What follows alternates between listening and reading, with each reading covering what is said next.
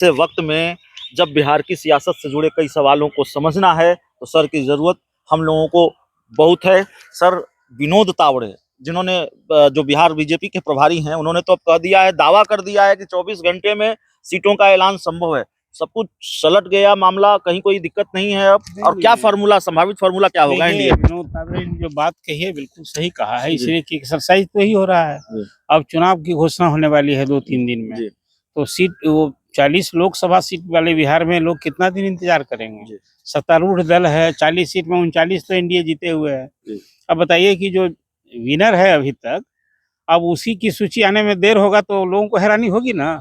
इसलिए विनोद तावड़े ने जो बात की, अपने सभी सहयोगियों से उनकी बात हो गई होगी, फाइनल हो गई होगी। मेन झंझट था लोजपा को लेकर के, जो चाचा भतीजे में झगड़ा है चिराग पासवान में और पशुपति पारस जी में, जो केंद्रीय मंत्री हैं, इसके कारण ही विलम्ब हुआ है। बाकी जो सहयोगी हैं अभी एनडीए में, चाहे वो जीतन राम मांझी जी हों, उपेंद्र कुशवाहा हों, एक नई एंट्री होने वाली है मुकेश सहनी की, जो चर्चा है, तो इन लोगों के खाते में एक सीट जा रही है।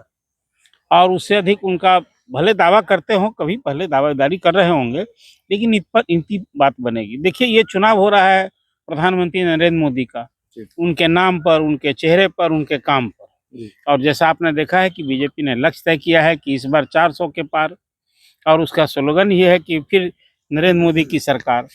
अब नीतीश कुमार इस पाले में है, वो भी यही नारा दोहरा रहे हैं, यही लक्ष्य कर रहे हैं। इसलिए बिहार में अब वो सभी 39 जीती हुई सीटों पर फिर न सिर्फ कामयाबी पाना, बल्कि बची एक सीट भी जो रह गई थी किशनगंज की, उसको भी जीतना, फतह करना, ये है एनडीए का लक्ष्य। तो अब सीट शेयरिंग का वो हो गया एक्सरसाइज। मुझे लगता है कि उसमें एक सीट अभी हम कह सकते हैं कि उसमें बीजेपी को कहीं ना कहीं जदयू से इस बार एक सीट ज़्यादा जरूर लड़ेगी। इसलिए पिछले चुनाव में जदयू 5 बीजेपी की जीती हुई सीट भी मिली थी, बराबर सीट पर समझौता हुआ था।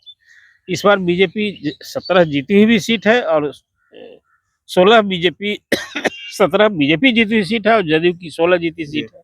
अब इस सीट में कुछ सीट ऐसी है जिसमें कि सीट की अदला बदली भी होगी, 1-2 सीट पर समझौता करना पड़ सकता है। सब कुछ है उसमें। एक बात आप कह सकते हैं कि 8-9 सिटिंग एमपी जो हैं उनका टिकट कटना तय है अपने अपने कारणों से, चाहे वो उम्र का हो, फिर और भी जो लोकल होता है कि एंटी इनकम्बेंसी फैक्टर होती है, पार्टी एसएस की है। 2 बार बीजेपी ने इंटरनल सर्वे कराया था, सभी क्षेत्रों में पर्यवेक्षक भेजे थे उनकी रिपोर्ट मंगवाई, और कुल मिला जुला कर ये तस्वीर उभरी है। अब 2-3 दिन इंतजार कर लीजिए, लेकिन विनोद तावड़े जी ने जो बात कही है, बस अब 24 घंटे में, तो 24 घंटे मतलब नहीं, आप इशारा कर रहे हैं कि कई सिटिंग सांसदों का टिकट कटेगा, पता साफ होगा। भारतीय जनता पार्टी के वो कौन सांसद हो सकते हैं जिनका टिकट कट सकता है? देखिए, 2 तो अभी मुझे जो जानकारी मिल रही है उसमें सासाराम में इस बार शायद छेदी पासवान रिपीट नहीं हो पाएंगे। उसी तरह से शिवहर से हैं रमा देवी, उनका शायद रिपीट नहीं हो पाएगा। खुद आज राधा मोहन सिंह का बयान आ गया है, जो उनका बयान है वो इससे मिलता जुलता है कि भाई अब जो दायित्व मिलेगा हम करेंगे। मतलब उन्हें भी एहसास है कि उस उम्र के कारण शायद उन्हें टिकट नहीं मिले। और फिर जो 70 पार वाले कई हैं वो प्रधानमंत्री जी को तय करना है। उसमें गिरिराज सिंह भी हैं, अश्विनी चौबे भी हैं, आर.के. सिंह भी हैं, रविशंकर प्रसाद भी हैं। अब वो चुनाव समिति बैठी और जो बिहार के की कोर कमेटी की बैठक में तो खुद प्रधानमंत्री के ही कहने पर न गए होंगे। उसमें अमित शाह भी थे, जेपी नड्डा भी थे। तो बिहार की सूची जो बीजेपी की है उस पर वर्कआउट हो चुका है।